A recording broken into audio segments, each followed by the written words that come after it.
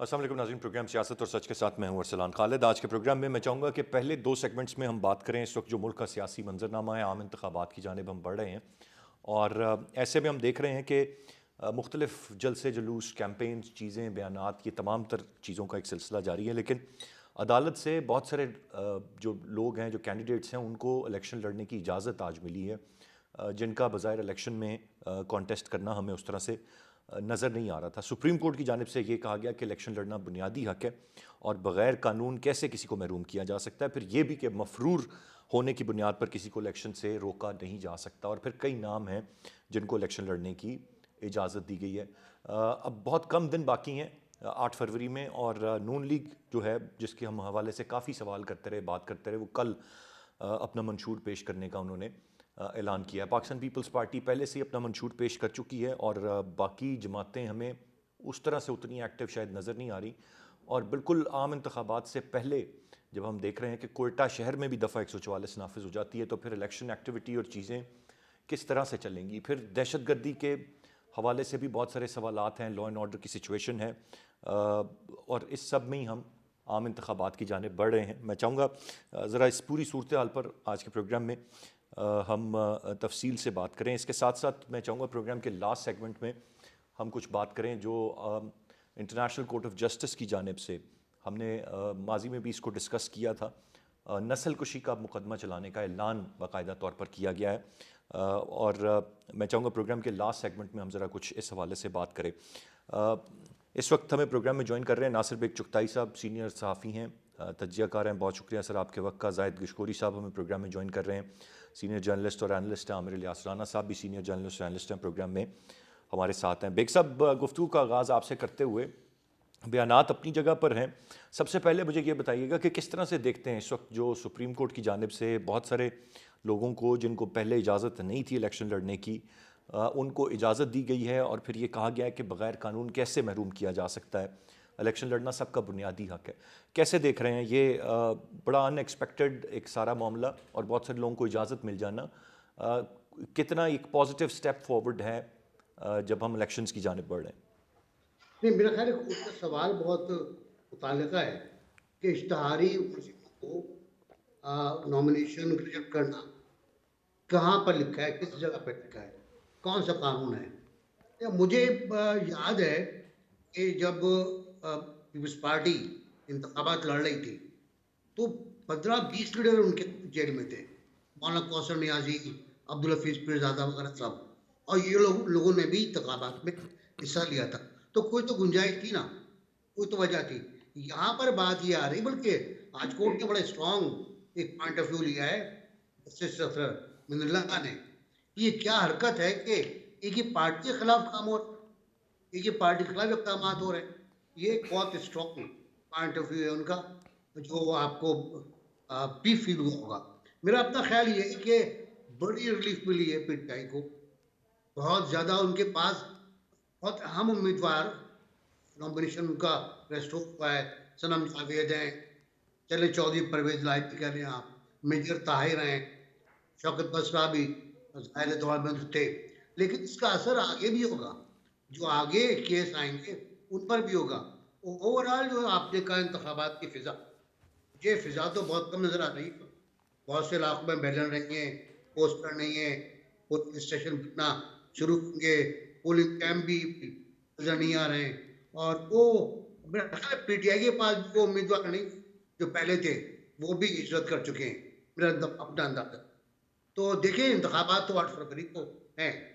लोग कहते हैं कि बड़े वोट पड़ेंगे, बहुत वोट पड़ेंगे, कुछ पोल भी आए इन बारे में। लेकिन अभी तक जो सर्दी का मौसम है, उसमें मुझे पोलिंग की शक्ल भी सर्द नजर आएगी। आपको सद नज़र आएगी। जाहिद गशकोरी साहब, आपकी क्या राय होगी, कैसे देखते हैं इस मामले को कि सुप्रीम कोर्ट की जानिब से, और फिर जस्टिस अतहर बिन के रिमार्क्स अगर आप देखें, ख़ास तौर पर उन्होंने भी ये बात कही कि अजीब बात है कि एक ही सियासी जमात के साथ ये सब हो रहा है। आप कैसे रीड कर रहे हैं इस सारी सिचुएशन को? अब तो ये सुप्रीम कोर्ट की जानिब से भी ये बात सामने आ रही है, तो क्या हम कह लें कि सबके लिए एक सी फ़िज़ा है आम इंतखाबात की, या नहीं? ये बड़ा ही एक अजीब इलेक्शन है जिसकी जानिब हम बढ़ रहे हैं, जिसमें साफ नज़र आ रहा है कि एक एक सी फ़िज़ा नहीं है सबके लिए। देखिए, ये पाकिस्तान में मैं तो चौथे इलेक्शन देख रहा हूँ कि जिसमें एक जैसी फिजा नज़र नहीं आती। किसी न किसी सियासी जमात को हमेशा ही ये शिकायत रही है, और ज़ाहिर है इस बार पाकिस्तान तहरीक इंसाफ को है। इसके पीछे वो 9 मई के वाक़यात हैं। आप ये देखिए कि 99% तमाम उम्मीदवारों को अब इलेक्शन लड़ने की इजाज़त मिल चुकी है। सिवाय चंद एक जो कि केसेस फेस कर रहे हैं, उनकी कन्विक्शन हो चुकी है। बाकी तमाम जो हैं अब इस पूरे मुकाबले में हैं। ज़ाहिर है दुश्वारियाँ हैं, क्रैकडाउन हैं उन पर।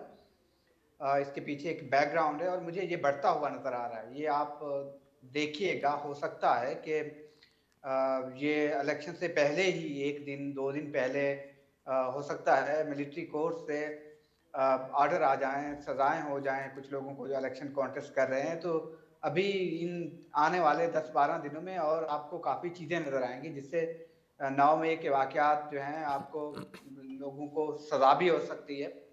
और ये इलेक्शन का तमाम जो माहौल बना हुआ है, जब उम्मीदें हैं उस सियासी जमात की जिसने ये 9 मई के, उनका ये तो मानना है कि ये एक बिल्कुल फाल्स फ्लैग मंसूबा था जो कि बाहर से बना है और हमारा इससे कोई वास्ता नहीं है।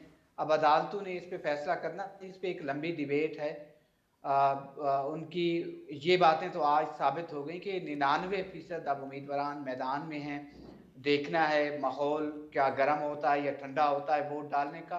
चौधरी साहब की बात ठीक है, क्योंकि मौसम सर्द है, टर्नओवर जो है वो डिस्टर्ब हो सकता है, लेकिन पहली दफ़ा नहीं, ये पाकिस्तान की रीसेंट हिस्ट्री में तीसरी बार फरवरी के महीने में इंतखाबात हो रहे हैं और उन इंतखाबात में भी टर्नओवर 40% से ज़ायद रहा है। तो ये 40% से ज़ायद टर्नओवर होना, और इस दफ़ा ज़्यादा टर्नओवर हो सकता है क्योंकि पाकिस्तान में 7 करोड़ बिल्कुल नौजवान हैं और 2.5 करोड़ तो अभी इनका न्यू एडिशन हुआ है जो कि वोट कास्ट कर सकते हैं। और ज़्यादातर सियासी तीनों जमातों का, बड़ी जमातों का यही दावा है कि वो हमारे नौजवान हैं, हमारे लिए वोट कास्ट करेंगे। अगर वो बाहर आते हैं तो टर्नओवर तो ज़्यादा हो सकता है। टर्नओवर ज़्यादा होगा तो ज़ाहिर है इलेक्शन के लिए बेहतर है, नहीं, बट उम्मीदवारों के लिए जाहिद बेहतर है। साहब, हैविंग सेड दैट, जिस तरह आपने कहा कि 99% लोगों को इजाज़त मिल चुकी है, ये इजाज़त के बावजूद भी इसको गो कि आपने ये कहा कि पाकिस्तान में कभी ऐसी बात नहीं रही कि सबको एक जैसी लेवल प्लेइंग फील्ड मिले, सबका गिला रहता है। लेकिन इस दफ़ा बहुत सारी चीज़ें बहुत ऑब्वियस हैं कि बिल्कुल ही किसी को आप दीवार से लगा रहे हैं बहुत बुरे तरीके से। अब ये 99% की इजाज़त के बाद क्या ये तासुर ज़ाहिल होता है कि नहीं, अब उनको भी मौके मिल रहे हैं नहीं वो देखो इंतखाब? अरसलान, मैं आपका सवाल समझ गया हूँ। मैं आपको तारीख बताना चाहता हूँ। इन्हें थोड़ी सी एक सियासी जमात को शिकायत है, कई सियासी जमातों को पहले भी रही है। आप तारीख तो उठा के देख लें कि 2018 में क्या हुआ था जब इलेक्शन होने वाले थे। उस वक्त पीएमएलएन के जो एमएनए थे, 2013 और 18 में जो एमएनए बने थे इलेक्शन से पहले, जो 2018 का इलेक्शन था, चंद दिन पहले उनके जो 61 साबिक मेंबरान उस वक्त साबिक हो चुके थे, मतलब एमएनए थे, वो सारे नून लीग छोड़ गए थे। नून लीग छोड़ कर उन्होंने तहरीक इंसाफ ज्वाइन कर ली थी। इस दफा 107 तहरीक इंसाफ के, जिसमें 79 बराह रास्त इलेक्शन कॉन्टेस्ट करने वाले हैं, वो पार्टी को छोड़ मई के वाकयात के बाद। और दिलचस्प तौर पर इस दफा पहली दफा नजर आ रहा है कि आजाद जो है वो दूसरी पार्लिमानी फोर्स होंगे, जिसमें अब मुकाबला लगता है पीपीपी और आजाद उम्मीदवारों का आपस में कि कौन सा नंबर दूसरे नंबर पे खड़ा होगा। इस स्टेज पे तो यही लगता है। अगर आप फिर थोड़ा सा जो हल्के हैं और आपने तहकीक की होगी, जो 90 90 इस वक्त मेंबर नेशनल असेंबली है, ये 1990 का भी इलेक्शन कॉन्टेस्ट कर चुके हैं। इस वक्त वो रेस में इलेक्शन कॉन्टेस्ट करें, 51 पाकिस्तान मुस्लिम लीग नवाज के हैं जो 1993 के बाद हमेशा पार्लियामेंट का हिस्सा रहे हैं, इस दफा भी स्ट्रॉन्ग कंटेंडर के तौर पर सामने आ रहे हैं। जब इतने यंग एक पार्टी लॉन्च करेगी अपने, जब तीनों का मुकाबला होगा, तो ये मुश्किल होगा उस पार्टी के लिए जो नया उम्मीदवार लेके आती है, पहली दफा इलेक्शन कॉन्टेस्ट कर रहा हो, जिसने अभी यूसी लेवल का भी इलेक्शन कॉन्टेस्ट ना किया हो, और वो आकर बड़ा मुकाबला करे किसी भी ऐसे सियासतदान से जो कि हल्के में बहुत इन हो, सीजन पॉलिटिशियन हो, तो वो वोट जरूर ले सकता है। अगर जीतने वाले का एक राइट। हल्के से, मैं मिसाल दे देता हूं आपको, एक हल्के से आप NA 119 लाहौर का ले लें, जहां से मरियम नवाज इलेक्शन कॉन्टेस्ट कर रही है। आपको पता है कि 3, और मालूम है आपको, आई एम श्योर, कि 3 दफा पाकिस्तान मुस्लिम लीग नवाज के जो कैंडिडेट थे, और परवेज मलिक का ये हल्का है, वो स्ट्रांग होल्ड है PMLN का। अगर वहीं से एक स्ट्रांग कैंडिडेट कॉन्टेस्ट कर रहा है तो उसकी जो अपोनेंट है, जो कि कभी यूसी का भी इलेक्शन कॉन्टेस्ट ना किया हो और फील्ड में भी ना हो, पार्टी को मुश्किल वक्त भी हो और वो मोबिलाइज ना कर पा रहा हो अपने वोटर्स को, तो आपके ख्याल में वहां से कैंडिडेट के जीतने के कितने चांसेस होंगे? अगर राइट। लाख वोट एक विनर वहां से लेता है, तो कैंडिडेट जो सेकंड या थर्ड टियर का कैंडिडेट है, किसी भी पार्टी का हो, क्योंकि इस वक्त जो मोमेंटम है वो बिल्कुल डिवाइडेड है, तीनों पार्टी के पलड़े में आता है, तो वो 80,000 वोट जरूर ले सकता है, लेकिन विनर लाख वोट लेगा, वो वोट जरूर ले सकता है। मुकाबला होगा किसी जगह पर 50 साल के नेल बाइटिंग कॉन्टेस्ट में है, इसमें कोई शक नहीं है। वहां पर आजाद कैंडिडेट टफ टाइम दे सकते हैं और विनर भी हो सकते हैं, लेकिन ये नहीं कहा जा सकता कि वो बिल्कुल ऑल द वे स्वीप कर जाएंगे या फिर बहुत सारी सीटें ले जाएंगे। राइट ये जाहिद साहब, नामुमकिन है, ग्राउंड रियलिटी से हट के बात करने वाली बात बिल्कुल सही आपका पॉइंट आ गया। मैं राना साहब की जानिब बढ़ूंगा। राना साहब, आप कैसे देख रहे हैं इस वक्त, क्या कुछ एक फ़िज़ा बन रही है जो ये जो ख़ास तौर पर जो इजाज़त मिल जाना है, बहुत सारे नाम जिनको इजाज़त नहीं थी, और फिर ये कहना कि सबका बुनियादी हक़ है इलेक्शन लड़ना, कैसे महरूम किया जा सकता है? और ये चीफ जस्ट ये सुप्रीम कोर्ट की जानिब से ये बात सामने आ रही है और लोगों को इजाज़त मिल रही है, तो अब कोई मुकाबले की एक फ़िज़ा बनेगी, एक एक एक लेवल प्लेइंग फील्ड को माहौल कुछ कुछ तब्दीली कुछ देख रहे हैं या इसी तरह ही रहेगा सब अभी? देखें, जाहिद गशकोरी साहब ने आपको एक सुपरसोनिक तज्जिया पेश कर दिया सारा डाटा शाटा मिला के, और यही मेहनत होती है किसी जर्नलिस्ट की। उन्होंने जो 99% कहा, मैं उसे सिर्फ कहूँगा 100%, क्योंकि जो 1% नाअहल हैं और वो सुप्रीम कोर्ट से भी नाअहल हुए हैं, तो उसमें कोई सुकम तो मौजूद नहीं है ना। और इससे ज़्यादा लेवल प्लेइंग फील्ड क्या होगी कि आपने सबसे ज़्यादा कागज़ जमा कराए, आपके सारे एक्सेप्ट हो गए, और इतने एक्सेप्ट हो गए कि उमर अयूब को ये कहना पड़ा कि जो वापस कागज़ जमा उम्मीदवार बैठेगा नहीं, हम उसे पार्टी से निकाल देंगे। और जिस दिन ये अनाउंस हुआ था, मैं उस दिन से कह रहा था, मिसाल और तरह से है, मैं कह रहा था कि लेकिन जब कदम बाहर निकल जाए तो वो वापस मुश्किल से होता है। तो जिस पार्टी ने ये तासुर दिया हो कि हमारा खंबा भी जीतेगा, तो फिर जिसके कागज़ जमा हो गए और जिसके 4 दाने मौजूद हैं, तो वो उस खंबे के साथ लिपटना ज़रूर चाहेगा। वो कभी नहीं छोड़ेगा कि मैं इलेक्शन ना लड़ूं, क्योंकि दिल तो सबका करता है ना कि जब मेन स्टालवर्ड्स ना हों, वो भाग चुके हों, भगोड़े हुए हों, खौफजदा हों, या सियासी तौर पे पनिश हुए हैं वो लोग जो अदालतों में हैं। और फौजी अदालत की बात कही, आज 6 रुकनी बेंच बन गया है और वो सुनेगा भी सही शायद सोमवार से ही। तो फैसला अगर उसके हक़ में आता है कि फ़ैसले अनाउंस कर दे, क्योंकि फ़ैसले तो हो चुके हैं, अब सिर्फ या अनाउंस नहीं होने या उनको कहेंगे कि जी आप इनको इंसदाद दहशतगर्दी की अदालतों में भेज दें। अगर वो हक़ में आ जाता है तो जो इतलात है वो तो 5-6 लोग ही बरी हो रहे हैं, बाकी सज़ाएँ होंगी, तो फिर उसके रिपरकशंस तो फर्दर और भी आएंगे। फिर इंसदाद दहशतगर्दी की अदालतों में भी तेज़ी होगी, और अगर उस तरह का फ़ैसला आता है तो पार्टी बैन की तरफ भी काम जाएगा।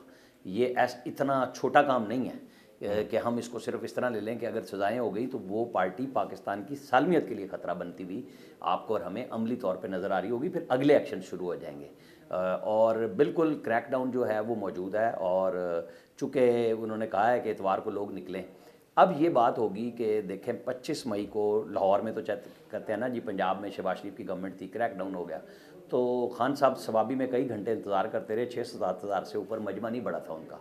पूरे केपी में कहीं पुलिस, जो कि महमूद खान की पुलिस थी, इमरान खान की पुलिस थी, वो तो फैसिलिटेट कर रही थी कि आप लोग जाएं और 25 मई को जो इस्लामाबाद पे चढ़ाई करनी है वो करें, तो वहाँ से लोग नहीं निकले थे।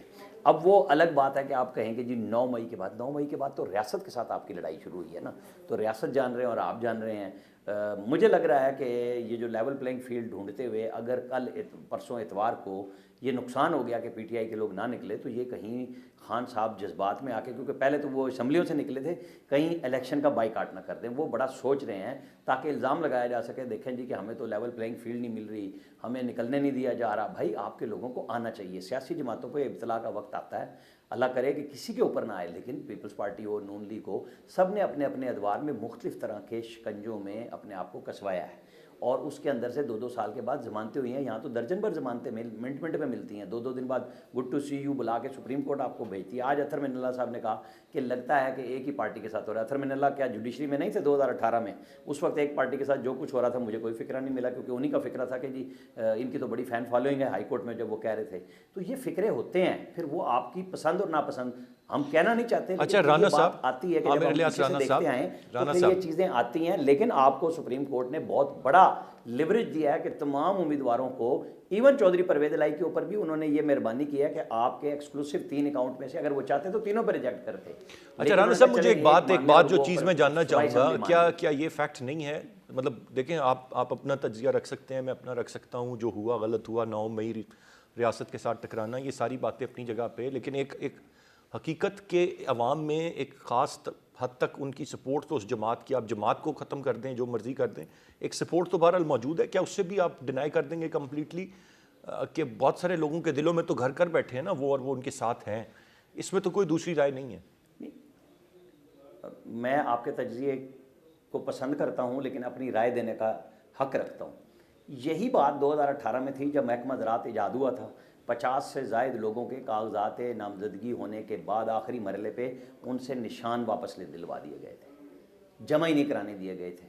आपको याद है ना उस वक्त क्या हो रहा था? ये कोई पहली दफ़ा नहीं हो रहा। इशू ये है कि क्या सियासतदान सीखेंगे, ख़ास तौर पे जिसने खुद ये काम किया है, यानी इमरान खान साहब ने, उन्होंने कोई कोशिश की नहीं। वो अब भी कह रहे हैं मैं 19 महीने से मुंतज़िर हूँ। फिर जब दोबारा पूछा गया तो उन्होंने कहा कि हाँ, जिसके पास ताकत है मैं उससे बात करूँगा।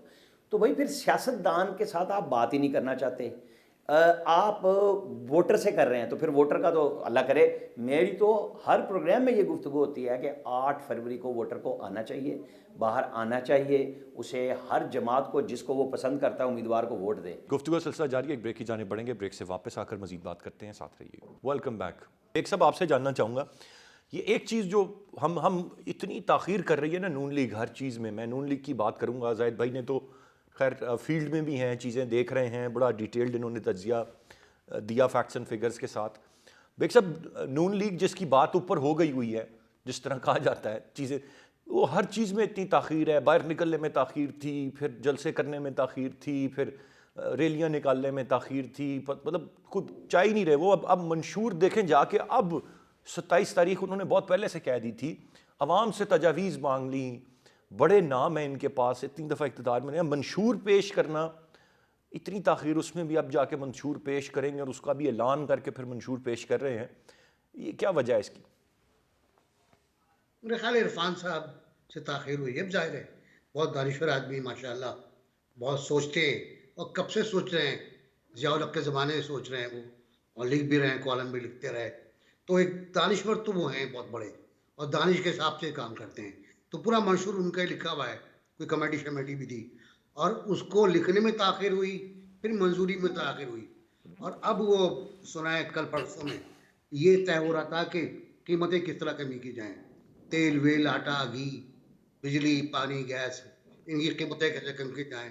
तो कोई फार्मूला शायद निकाला होगा कि 2017 की कीमतें वापस लेकर आएंगी, जिस तरह आज कहा भी है नवाज शरीफ साहब ने कि 4 रुपए की रोटी थी, खिताब भी फरमाया।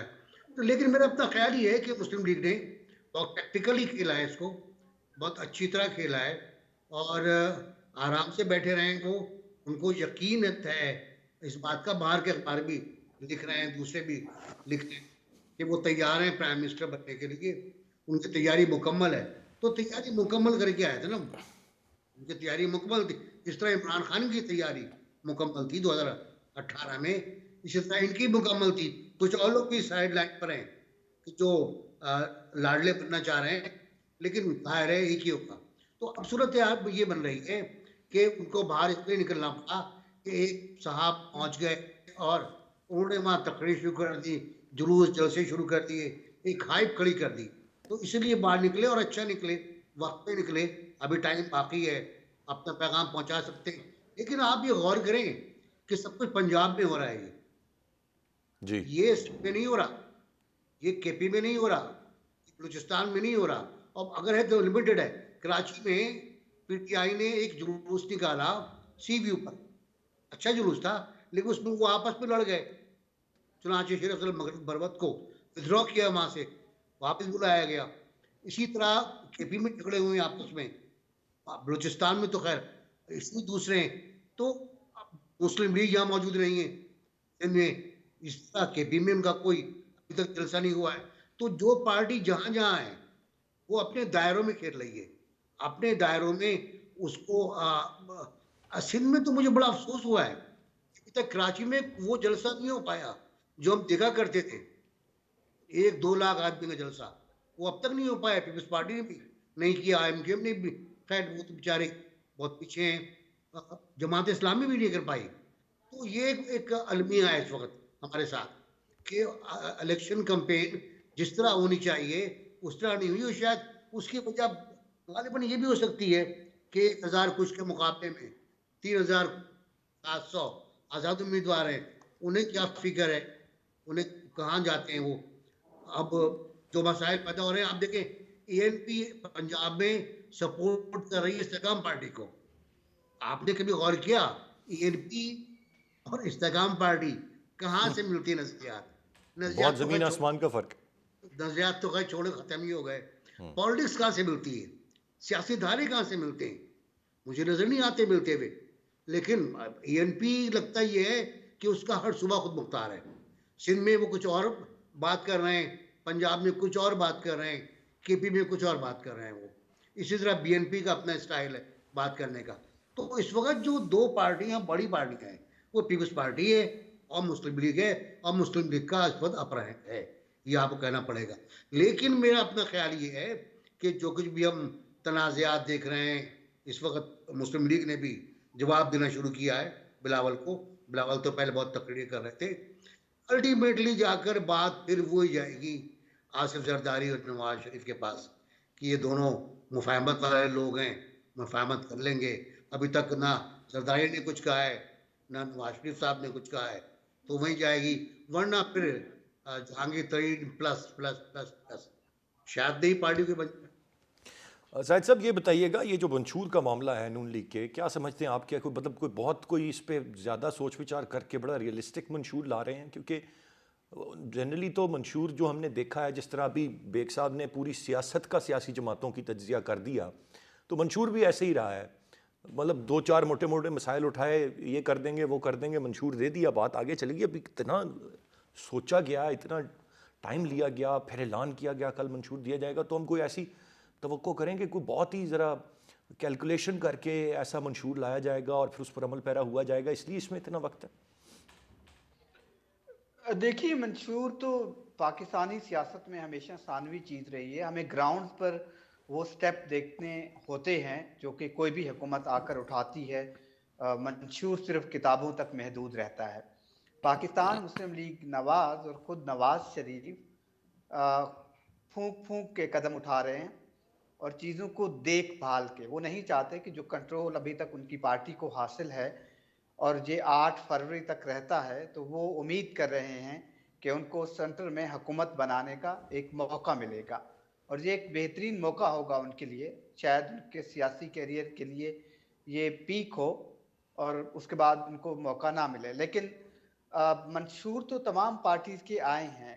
एक चीज़ उनकी अच्छी जो मुझे लगता है आ रही है वो ये है कि पाकिस्तान में निगरान हुकूमत के लिए लेजिस्लेशन की जाए। इसका कॉन्सेप्ट वही हो जो इंडिया की डेमोक्रेसी में है कि हुकूमत निगरान की ज़रूरत ना पड़े।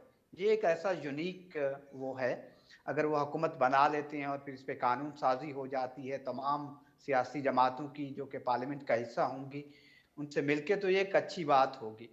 लेकिन मजमूई तौर पर हमें देखना ये है, अमली तौर पर असलान देखें, जो मेरे दोनों कुलीग्स बहुत सीनियर हैं, अपनी अपनी वो बातें हमें बता रहे हैं, सीखने को मौका मिलता है। एक चीज़ आप ज़रूर देखिए कि हमने टिकटॉक पे बड़े बड़े जलसे देख लिए, आपने देखा ट्विटर पे देखे हैं, फेसबुक पे देखे हैं, यूट्यूब पे लाइव बड़े बड़े जलसे, जो नया ट्रेंड पाकिस्तान तहरीक इंसाफ ने इंट्रोड्यूस कराया है। जी जी। अब देखना ये होगा कि ये भी एक अच्छा सलूशन है। जब पार्टी पर कड़ा वक्त है तो यहाँ पर वो लोग इकट्ठे कर लेते हैं, गवर्नमेंट भी बना लेते हैं और सब पूरी चीज़ें हो जाती हैं। अमली सियासत पाकिस्तान में इससे बिल्कुल मुख्तलिफ है। जब पार्टी ने 859 हलकों पे जो कि जनरल सीट्स के लिए हैं, अपने 2200 के करीब कैंडिडेट को नॉमिनेशन पेपर्स फाइल करवा दिए। अब 1650 ने अभी तक वापस ही नहीं लिए। इसका मतलब है हर हलके में 2 से 3 उनके कैंडिडेट खड़े हुए हैं और वो ऐसे ही। एक दूसरे की टांगें खींच रहे हैं। जी जी। कोई यूनिटी है नहीं, ना पार्टी की लीडरशिप मौजूद है। बदकिस्मती से वो आपको पता है टियर, सेकंड टियर और जो फर्स्ट टियर है, और कोई मुनज़्ज़म करने वाला नहीं है। तो आपस में एक बुनियादी जंग लड़ रहे। जिस हल्का 119 देख रहे हैं, वहां से जो अब सनम जावेद को मौका मिला है, अब पार्टी उसको इंडोर्स करेगी। जाहिर है उन्होंने एक पार्टी का एक फेस बनाया हुआ है उनको उस हल्के के लिए। क्या जो दूसरा पहले 2 कैंडिडेट वहां से वो कर दे, एक ने तो छोड़ दिया। आपने देखा वो नून लीग को ज्वाइन कर चुके हैं और वो जी बड़े स्ट्रांग यूसी लेवल पे वो थे, और इवन 2018 में पार्टी ने उसको नॉमिनेट भी किया था। जी। तो वो स्पोर्ट तब्दील हो गई। इसी तरह से पिंडी का आप हल्का देख लें, जहां से बैरिस्टर दानियाल इलेक्शन कॉन्टेस्ट कर रहे हैं, वहां पर इतनी डिवीजन है कि एक यूसी लेवल के वो दोनों को सपोर्ट के लिए विड्रॉ कर लिया उन्होंने सपोर्ट। तो ये पार्टी के लिए मसाइल हैं।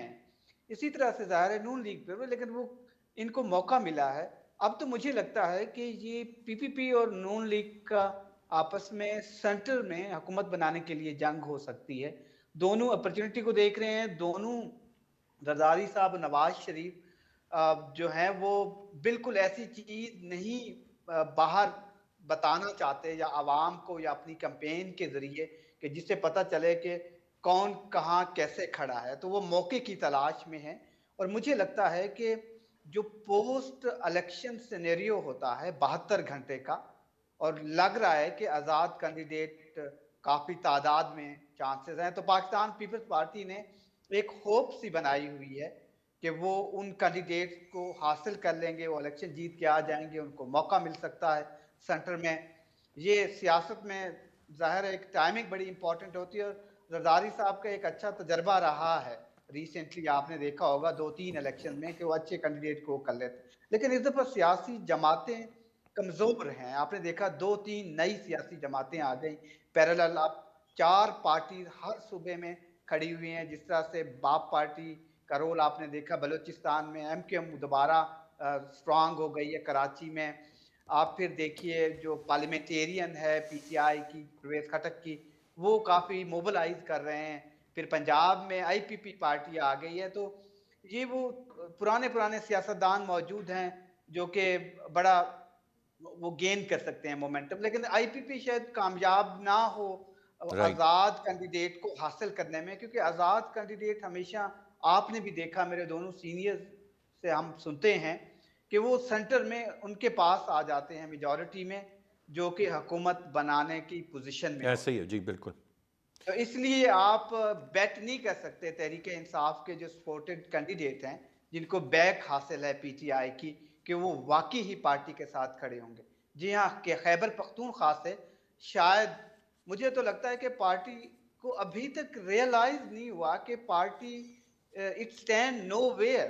जिस तरह बात कर रहे थे आमिर इलियास राणा साहब के, पार्टी का तो एक डिसॉल्व होने का या बैन होने का केस पड़ा है, जो कि स्ट्रॉन्ग यूनिटी और एक मुतफिका फैसला इलेक्शन कमीशन दे चुका है। पारंग फंडिंग केस में जो एलिजिड केस, उसमें फैसला आ चुका है और वो अदालत में केस पड़ा हो, और वो जिस उसकी रोशनी में तो केस किसी भी वक्त भेजा जा सकता है। उसकी जी जरूरत पड़े जब भी वो चाहें इस कार्ड को इस्तेमाल कर सकते हैं। तो अभी ये रियलाइज करना चाहिए था और इनको फोकस करना चाहिए था खैबर पख्तूनख्वा पे, जो अभी तक पार्टी को सपोर्ट कर रहा है। और पार्टी इस पोजीशन में आ जाती, एक सूबे की हुकूमत ले लेती। लेकिन उन्होंने ये, मेरे ख्याल में, या उनको मौका नहीं मिला या रियलाइज वो नहीं करते।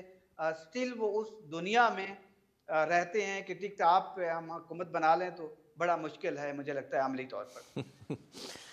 अभी तो इतवार की कॉल भी बाकी है जी। और खैर टिकटॉक और सोशल मीडिया पे तो छाए हुए हैं, वहाँ तो कामयाब हैं, इसमें कोई दूसरी राय नहीं। रान साहब, ये नून लीग के हवाले से बहुत तनकीद है, उनके हर एक एक्शन पे बहुत तनकीद है, हर एक चीज़ पे बड़ी तनकीद है कि मतलब इतना लेड बैक एटीट्यूड क्यों है, उस तरह से क्यों नहीं फुल थ्रॉटल में अपनी कैंपेन क्यों नहीं बहुत पहले से चलाई। नवाज शरीफ साहब आए, उसके बाद एक लंबे अरसे तक बिल्कुल खामोशी, आवाम में नहीं निकले, फिर निकले भी तो बड़ा उस पर भी सवाल हैं। अब मंशूर को लेकर भी एक बड़ा सवाल कि जी अब अगर आप देखें तो कितना पहले पीपल्स पार्टी ने मंशूर दे दिया।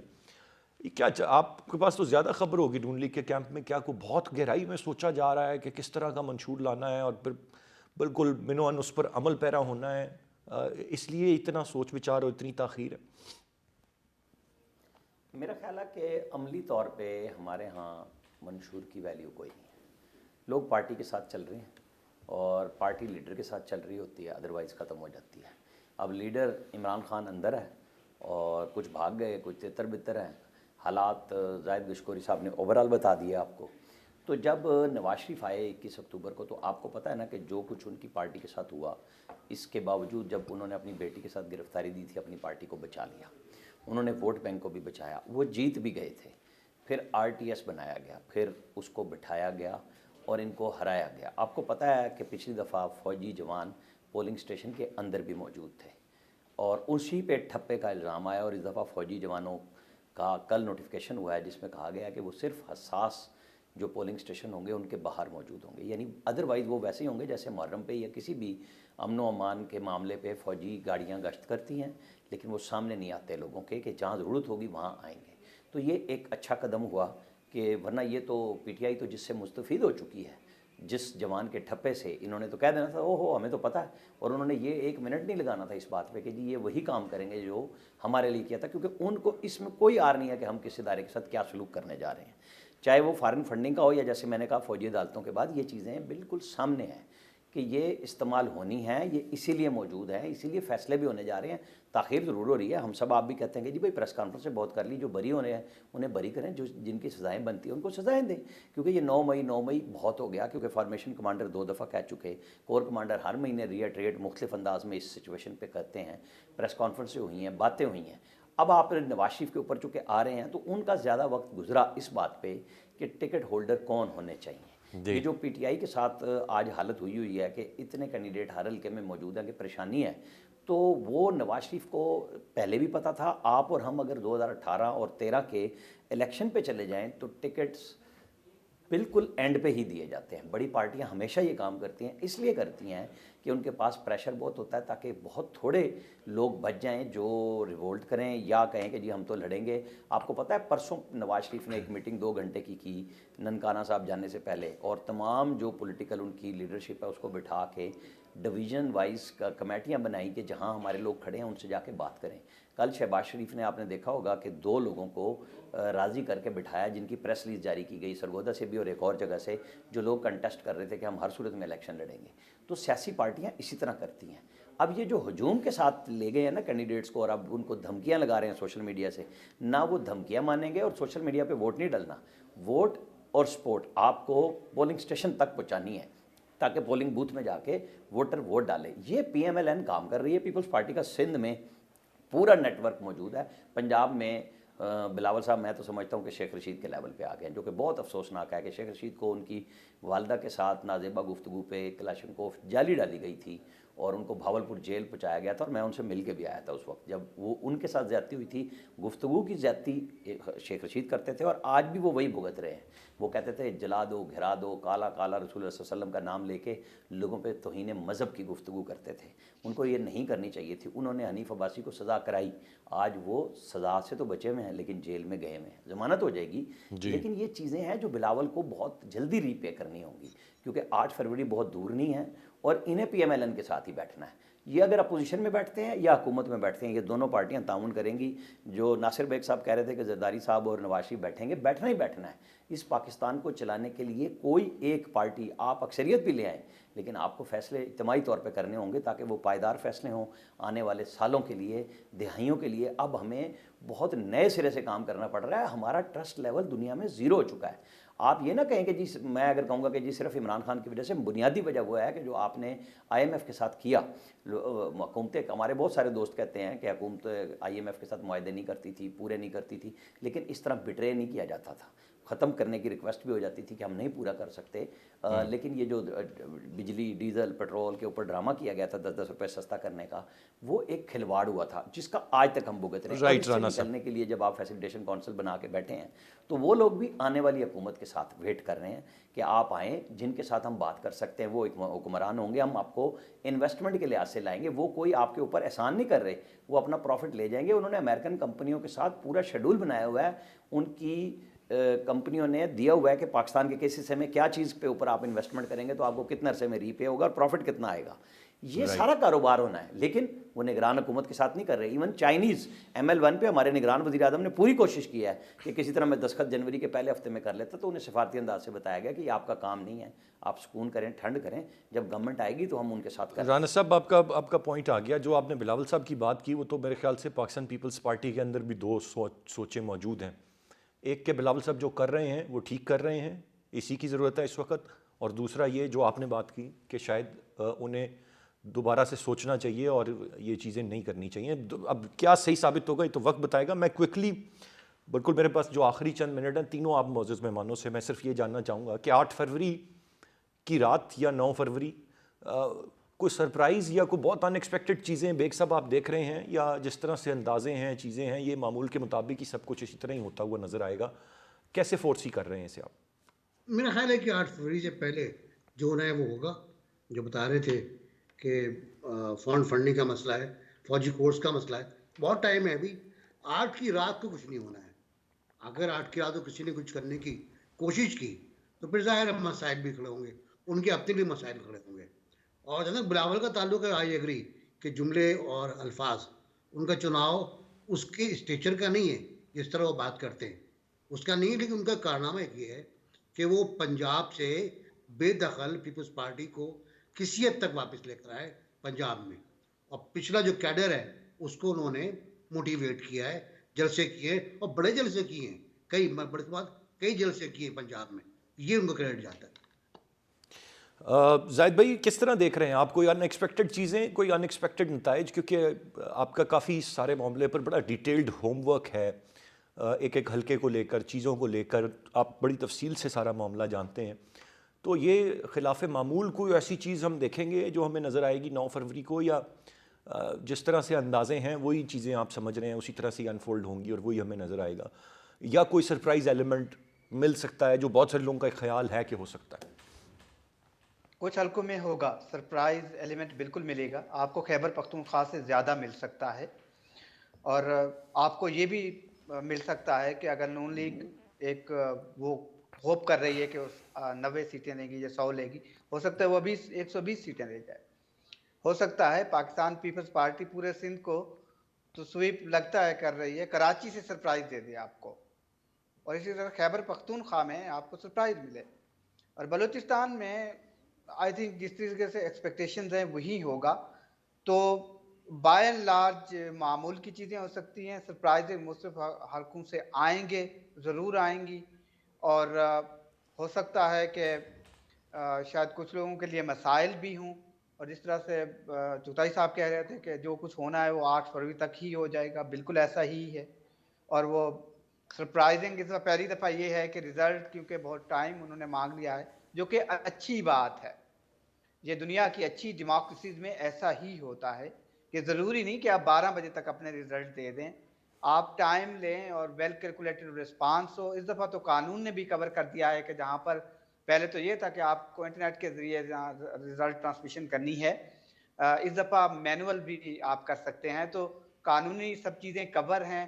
तैयारी तो अच्छी नज़र आती है कि RTS जैसी चीज़ें ना मिले, लेकिन फिर भी ज़ाहिर है सवालात उठाते हैं। अच्छा ज़ैद भाई, टर्नआउट पे कोई सरप्राइज हमें हो सकता है कि बड़ी तादाद में, मतलब लोग, दोनों चीज़ें हो सकती हैं, या बड़ी तादाद में लोग निकल आए या रिस्पॉन्स ही बहुत कम परसेंटेज रहे टर्नआउट की, इस पे भी कोई दोनों चीज़ों में गुंजाइश है? PTI से सरप्राइज मिल सकता है। हो सकता है PTI बायकॉट कर ले 2 दिन पहले। अगर बायकॉट कर ले तो फिर टर्नआउट के लिए देखना होगा कि कितना रहता है, क्या रहता है। तो अभी हतमी कोई चीज़ नहीं है, लेकिन इस स्टेज पर वन वर्ड ये है कि इलेक्शन हो रहे हैं, हो जाएंगे और पीसफुली हो जाएंगे। ये एक राइट। मैं अच्छा क्विकली एक जुमले में राना साहब आपसे जानना चाहूँगा, आपकी क्या राय है, कैसे देख रहे हैं आप 9 फरवरी को, एक 8 जुमले फरवरी में- इलेक्शन। मुझे एक एक जुमले में ही बताइए। बताइएगा, वक्त बड़ा महदूद से। नहीं, बेशक इसके बावजूद मैं आपको बताऊं, परसों का रिस्पांस देख के वो फैसला करेंगे खान साहब के बाइकआउट करना है या नहीं करना और मलबा किस पे डालना है।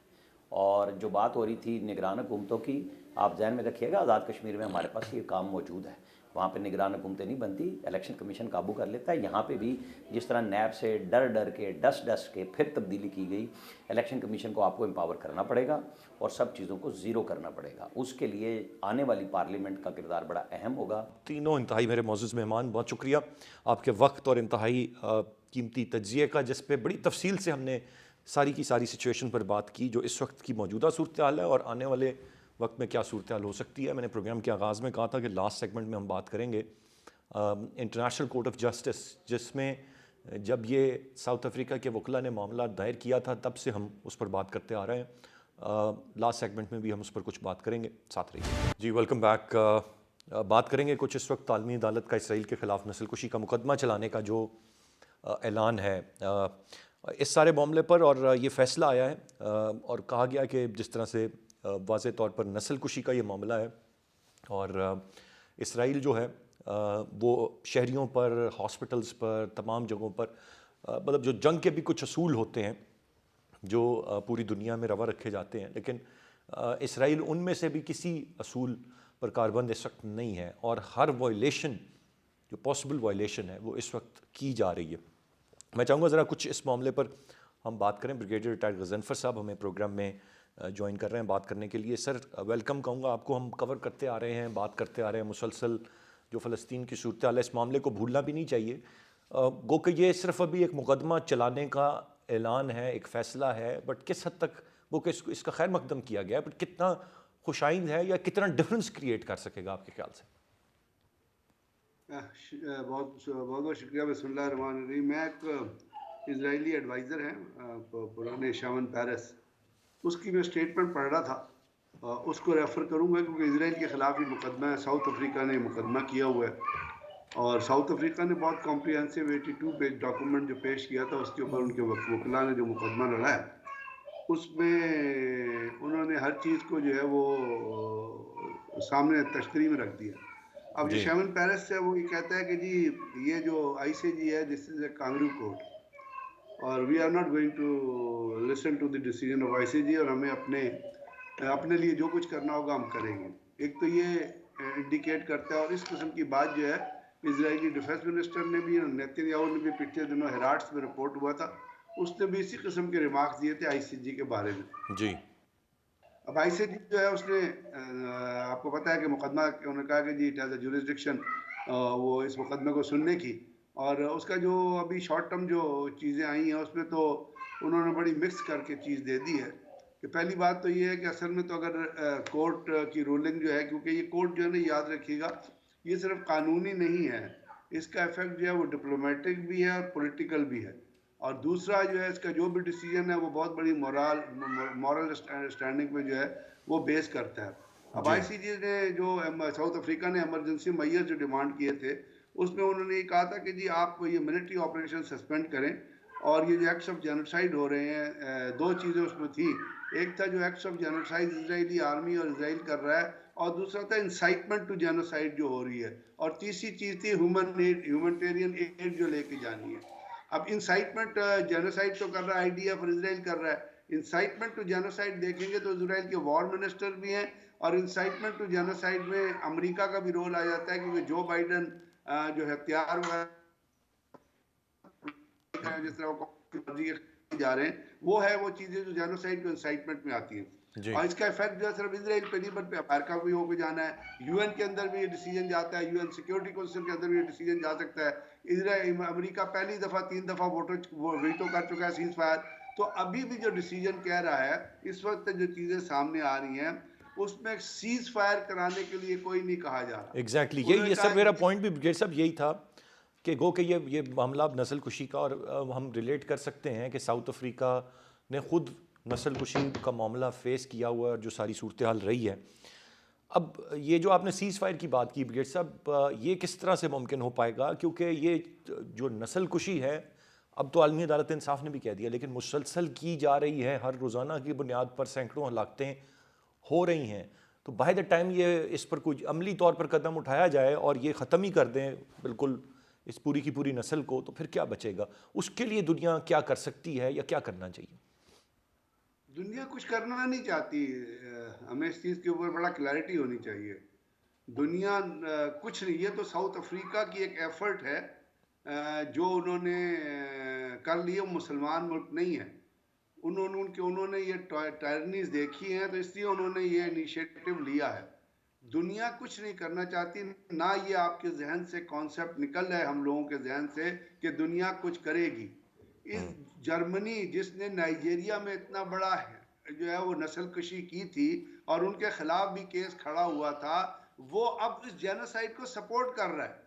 फ्रांस का एटीट्यूड देख दें, यूके में देखें, जो यूके की गवर्नमेंट है, क्योंकि आपको ये पता ही है कि इजराइल को कायम करने वाली इस जगह पे यूनाइटेड स्टेट्स की जो है हिज मैजेस्टीज गवर्नमेंट है। पहला लेटर हिज मैजेस्टीज गवर्नमेंट के रेफरेंस से लिखा गया था कि हम आपको यहूदियों को आबाद करके रहें। तो जब हिज मैजेस्टीज गवर्नमेंट इन्वॉल्व है, जिसका इन्फ्लुएंस अमेरिका में भी है, फ्रांस में भी है, ऑस्ट्रेलिया में भी है, जर्मनी में भी है, हर जगह की वो क्वीन बनी हुई है, हर जगह के वो किंग बने हुए हैं, तो ये जो एक ज़ियोनिस्ट की जो लॉबी है, इसके अंदर जो नियोकॉन्स और रॉथस्चाइल्ड जो आ जाता है, ये इसके अंदर कभी भी आप कुछ होता नहीं देखेंगे। ये किलिंग इसी तरह जारी रहेगी कि आईसीजे ने भी नहीं कहा कि सीज फायर करें। उन्होंने कहा जी आप जो है ह्यूमैनिटेरियन को रिस्पेक्ट करें और जेनोसाइड को कम करें, और इजरायली आर्मी जो है उसको उन्होंने कहा है कि जी आप इंसानों की इज्जत करें। अब ये कौन से अल्फाज हैं? ये तो लफाजी पे बेस करते हैं ना। आईसीजे को जो इतनी बड़ी जहाँ पे 16 जज बैठे हुए हैं, उनका पहला डिसीजन ये होना चाहिए था कि स्टॉप द वॉर एंड आप सीज फायर होना चाहिए फौरन, और उसको फिर यूनाइटेड नेशन को रेफर करना चाहिए था कि हमारे इस डिसीजन को, क्योंकि हम आपके मैंडेट के अंदर काम कर रहे हैं, तो आप ये इंश्योर कराएं कि सीज फायर फौरन हो जाए और होना चाहिए। लेकिन ये नहीं हुआ। अब ये 8-10 क्लॉजेज जो हमको नजर आ रही हैं जिसके ऊपर केस चलेगा, तो जैसे मैंने आपको कहा ना कि इजरायली एडवाइजर शामन पेरेस जो कुछ कह रहा है वो उस चीज को जाहिर करता है कि किस तरह की चीजों को इजराइल लेगा या इजराइल की वॉर कैबिनेट या इजराइल की हुकूमत देगी। ये वो क्लैरिटी है जो हमारे अंदर मौजूद होना चाहिए। और आपने मुसलमान ममालिक का रवैया देख लिया, बिल्कुल। तो जब ना तो मुसलमान ममालिक इनिशिएटिव ले रहे हैं, ना वेस्ट इनिशिएटिव ले रहा है, तो एक साउथ अफ्रीका जो ऑलरेडी अपार्थाइड से गुजरा हुआ है और जो आईसीजे में अपने वकीलों के जरिए केस लड़ रहा है, उसके केस के ऊपर क्या मॉरल बाइंडिंग आएगी या क्या लीगल बाइंडिंग आएगी? इजराइल तो वो राइट ब्रिगेड साहब, पॉइंट आ गया आपका बिल्कुल। बहुत सारी चीज़ें हैं जो इसमें मज़ीद देखनी हैं, लेकिन जिस तरह कह लीजिए कि एटलीस्ट एक कदम आगे या एक पॉजिटिव चीज़ ऑन रिकॉर्ड कि इंटरनेशनल कोर्ट ऑफ जस्टिस ने भी एक बात एडमिट की और नस्लकुशी का मुकदमा चलाया, तो ये डिटर्मिन हुआ कि वाकई इसराइल नस्लकुशी करने जा रहा है। हम उम्मीद करते हैं कि मज़ीद बेहतरी आए और हालात काबू में आए। आज के प्रोग्राम से इतने। एहसान खालिद को इजाज़त दीजिए, अल्लाह ने के बाद।